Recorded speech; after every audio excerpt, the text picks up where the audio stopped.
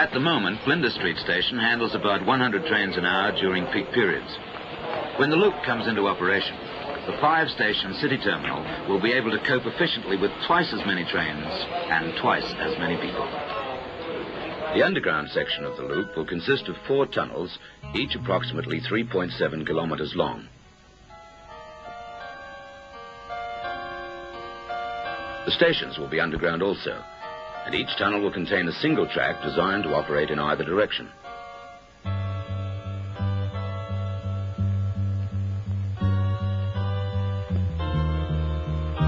In places, they will be as deep as 38 meters.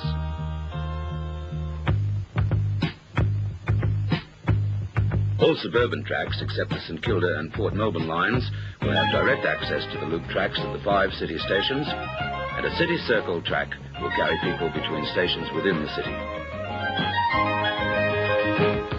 The first excavation for the loop began in June 1971.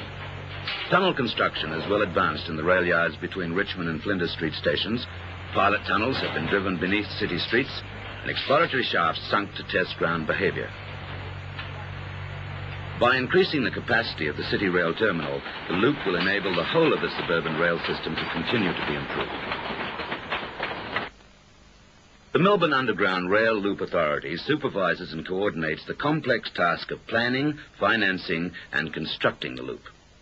Current and advanced plans are discussed at regular meetings of board members and senior officers. These buildings will make way for Flagstaff Station on the corner of William and Latrobe Streets. Entrances will be immediately opposite the Flagstaff Gardens and the historic Royal Mint.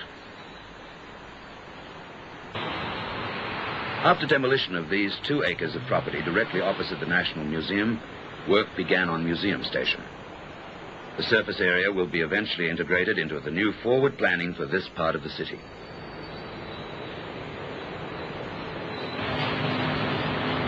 Construction immediately under Latrobe Street required the traffic to be diverted along this temporary road and tramway. Drilling and the installation of heavy steel piles will permit the excavation of 100,000 cubic meters of rock and sandy clay. The complex structure within the excavation has been designed to support the trains, the platforms, and the escalators below ground, and the reinstalled roadway along Latrobe Street.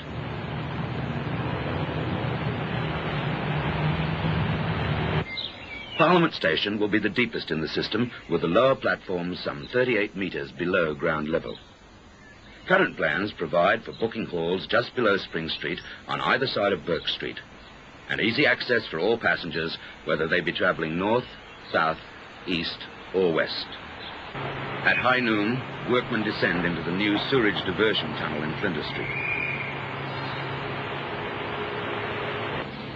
At midnight, this railway bridge was moved some 6 meters south to make provision for trains from Jollyman to enter the loop.